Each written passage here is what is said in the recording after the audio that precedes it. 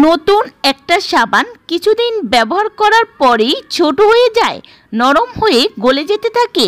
আজ জানাবো কয়েকটি সহজ টিপ যেগুলো মেনে চললে আপনার ব্যবহার করা সাবান আর অল্প সময় গলে যাবে না এবং তা অনেক দিন স্থায়ী হবে।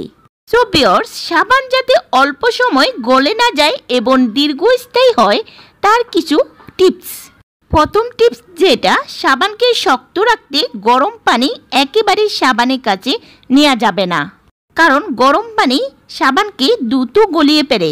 এর প্রধান কারণ সাবানে থাকা তেল। গরম পানির স্পর্শে সাবানে জমাট বাঁধা তেল তরল হয়ে যায়। দ্বিতীয় টিপস, সাবান যেন কম গলে এর সহজ একটি উপায় হলো ভালো সাবানদানি ব্যবহার করা। এতে সাবান গলা অনেকটাই কমবে। এখন কিছু বিশেষ আকারের সাবানদানি পাওয়া যায় যাতে পানি নিজে নিজে জড়ে যায় আর সাবান থাকে অনেকটাই শুকনা। টিপস নাম্বার 3, সাবানকে ফ্রিজে রাখার ট্রিক।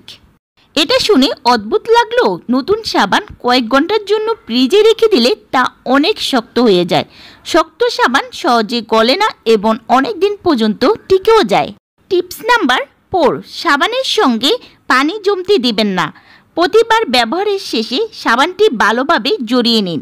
বাতাসে সাবান শুকানোর আরেকটি উপায় হলো বাথরুমের জানালার পাশে সাবান রেখে দিলে বাতাসও স্বাভাবিকের চেয়েও শক্ত হবে, তবে রোদে শুকানো যাবে না। টিপস নাম্বার 5, গোসলের সময় সাবানে হাত লাগিয়ে ব্যবহার না করা। প্রয়োজন মতে সুতি কাপড় বা লোপার ব্যবহার করুন। নরম পরিষ্কার কাপড়ে সাবান লাগিয়ে ব্যবহার করতে হবে, এতে সাবান কম গলে। টিপস নাম্বার 6, সাবান ছোট টুকরো করে কেটে ব্যবহার করলে একটি সাবান দীর্ঘ সময় ব্যবহার করা সম্ভব। এতে পুরো সাবান পানিও লাগবে না আর গলবেও না। টিপস নাম্বার 7, সাবান না গলানোর আরেকটি পদ্ধতি হলো ব্যবহারের পর শুকনো লিনেনের কাপড়ে মুড়িয়ে রাখা। এতে সাবান শক্ত হয় ও গলেও কম। তো ভিউয়ার্স, এই সহজ কিছু উপায় যদি আপনি নিয়মিত মেনে চলেন তাহলে আপনার পছন্দের সাবানটি অনেক দিন টিকে যাবে, অল্পতেও গলে যাবে না এবং ব্যবহারেও আসবে সন্তুষ্ট। এই ভিডিওটি যদি আপনার উপকারে আসে তাহলে একটি লাইক দিন, শেয়ার করুন এবং সাবস্ক্রাইব করতে ভুলবেন না।